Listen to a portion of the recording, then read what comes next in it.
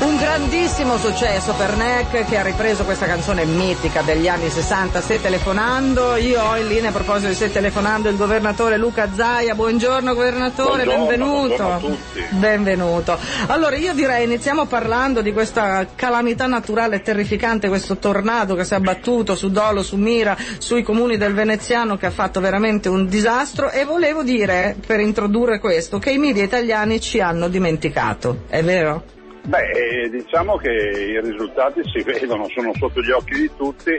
Dobbiamo riconoscere un grande lavoro a livello regionale, però a livello nazionale, forse perché ci sono un sacco di notizie, o forse perché il tema della tromba d'aria è un tema che fa ormai liquidare la partita, che comunque non è una roba grossa, finisce che il Veneto non viene giustamente trattato come una regione che ha una devastazione in corso. Guardi, ne parlavamo con un assessore proprio pochi giorni fa, anche perché, lo dicevamo anche prima io e lei al telefono, i veneti si danno un gran da fare, quindi cioè, se dobbiamo aspettare quelle che sono le tempistiche burocratiche, è vero? Beh, diciamo di sì, sono molto bravi, visto e considerato che hanno dimostrato che bisogna, ormai io li conosco già dall'alluvione del 2010, bisogna andare a fare subito le foto e i filmati dopo qualche ora, perché dopo qualche giorno o poche ore già c'è la pulizia in corso. E ciò non toglie che i danni ci siano, perché con il tornado nella Riviera del Brenta abbiamo più di 500 abitazioni danneggiate, delle quali almeno un centinaio da demolire. Abbiamo oltre 200 auto da rottamare e ovviamente il morto, i 92 feriti e tutto quello che voi sapete meglio di me. Certo, senta, allora con la protezione civile c'è stato il sopralluogo, in termini di tempi quanto ci vorrà? Ma guardi, allora noi abbiamo già avuto un sopralluogo a livello nazionale dopo 2 giorni. Detto questo, abbiamo oggi la certezza che verrà dichiarato lo stato d'emergenza dal primo Consiglio dei Ministri, questo è poco ma sicuro.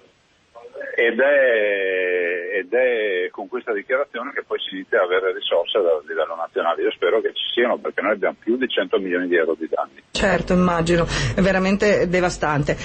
Tra le tante domande che sono arrivate per lei, governatore, ce ne sono un paio che sono particolarmente interessanti. Allora, questo arriva da Dayton e dice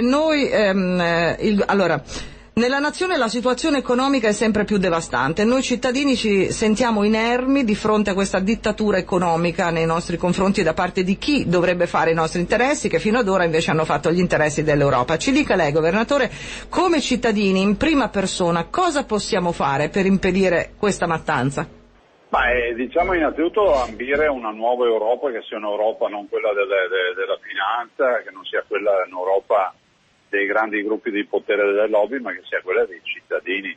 Penso che questa sia la prima regola. Poi avere anche chi ci difende e che lo faccia in maniera appropriata, in maniera tale che non si veda come al solito che ci danno i compiti per casa da fare. I cittadini hanno ragione. L'anti-europeismo nasce dal fatto che molto spesso l'Europa emana provvedimenti che vanno nella direzione opposta di quello che i cittadini vorrebbero. Poi sono provvedimenti senza senso, perché poi i risultati concreti non ne danno. Pensate alle tante norme europee che vengono emanate e che complicano solo la vita dei cittadini. Un'altra domanda a proposito di Europa, ma qui ci mettiamo anche gli Stati Uniti, che insieme all'Europa hanno stipulato il trattato internazionale transatlantico sul commercio e gli investimenti. Ecco, praticamente dice, lo sa benissimo anche lei, il nostro Dayton, che con questo trattato le microaziende chiuderanno. Lei che cosa ne pensa? Che l'Europa oggi è un'Europa che non guarda la piccola e media impresa, che tra l'altro è un modello vincente della nostra economia. Pensate che in Veneto abbiamo 600.000 imprese e l'80% di queste imprese ha meno di 15 dipendenti. Però sono imprese che sono molto flessibili, sono molto innovative, fanno ricerca e il risultato di queste ricerche e di questa innovazione è sotto gli occhi di tutti. Non è un caso che noi abbiamo un residuo fiscale di 21 miliardi di euro, che sono esattamente le tasse che ogni anno lasciamo a Roma.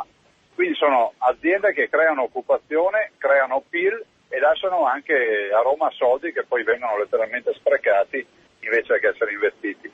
L'Europa va in un'altra direzione, va verso un modello di sviluppo fordista della grande impresa, dove il rapporto datore di lavoro-lavoratore è inesistente, dove c'è la finanza, dove c'è la borsa, insomma, dove comunque ci sono cose che a noi non piacciono. Assolutamente, c'è un gran lavoro da fare, quindi.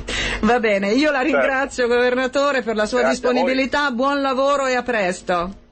Grazie, buon lavoro. Buona giornata.